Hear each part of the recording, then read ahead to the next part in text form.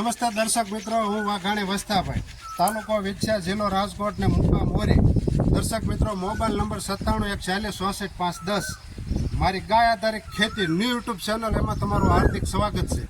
અને દર્શક મિત્રો, આજે આપણે આપણી ચેનલની અંદર ફરી એકવાર આપણે મુલાકાત કરાવવાની છે કે સુરનગર જિલ્લો, ચોટીલા તાલુકો અને લાખણકા મુકામ. લાખણકા ગામની અંદર જે ઓર્ગેનિક આપણે 100% ઓર્ગેનિક કહેવી તો એ ખાતરની જે ફેક્ટરી છે એ ફેક્ટરીની મુલાકાત કરાવવાની છે. અને જે દાણાદાર ખાતર બને છે, આપણે લીંબોળીનો ખોળ, એરંડીનો ખોળ અને મરઘાનું સરળ, ત્યાર પછી ઘન જીવામૃત બનાવી, જીવામૃતનો છંટકાવ, ઘણી બધી વસ્તુ છે. બધું તમને લાઈવ વિડીયોની અંદર દર્શાવી અને કઈ રીતે દાણાદાર ખાતર બને છે. અને ટૂંક સમયની અંદર આ કંપની બની છે અને ટૂંક સમયની અંદર ઘણા બધા પણ ખેડૂતોના એના ઓર્ડર પણ આવ્યા છે. કારણ કે રાસાયણિક દવાઈઓ ખાતર ડીએપી યુરિયા નાખીને આપણી જમીન બંજર બની ગઈ છે. તો એને સુધારવા માટે શું કરવું?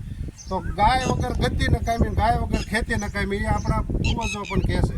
તો એવી જ એક કંપની કે ગાય આધારિત ખાતર જે બનાવે છે ઓર્ગેનિક 100% એની હું તમને મુલાકાત કરાવું.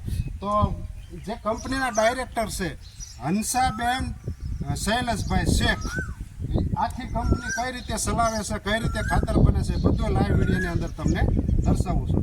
તો દર્શક મિત્રો, આ તમે જોઈ શકો છો, આ છે લીંબોળી. આ લીંબોળી પુષ્કળ પ્રમાણમાં કહેવાય છે ને, આયુર્વેદિકમાં લીમડો એક ન હોય તો આયુર્વેદિક બધું અધૂરું રહેશે.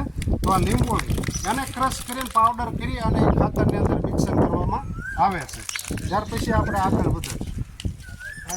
તો દર્શક મિત્રો, તો આપણે વાતાભાઈ જે વાત કરી દાણાદાર ખાતરની, તો આપણે જે દાણાદાર ખાતરમાં જે કાંઈ મિશ્રણ કરીએ છીએ એ આપણે ફોસ્ફરસ છે, અને આ આપણે રાખ છે, અને આ આપણે કાજુ કોતરીનો ખોળ છે, અને આ આપણે ઘનજીવામૃત છે જે ગાયનું સાણ હોય છે, અને આ આપણે લીંબોળીનો ક્રશ છે, અને આ છે મરઘાનું સરક, આ આપણે એરડીનો ખોળ છે, અને આ જે આપણે બેક્ટેરિયા મિશ્રણ કરવામાં આવે છે એ પોટાક્સના બેક્ટેરિયા છે, અને આ ફોસ્ફરસના બેક્ટેરિયા છે, અને આ નાઇટ્રોજનના બેક્ટેરિયા છે. તો આમાં આપણે મિશ્રણમાં આ 3 બેક્ટેરિયા પણ મિશ્રણ કરીએ છીએ, અને આ રીતે આપણે પણ દાણાદાર ખાતર બનાવીએ છીએ. તો આપણે જે વાત આગળ વધારશું.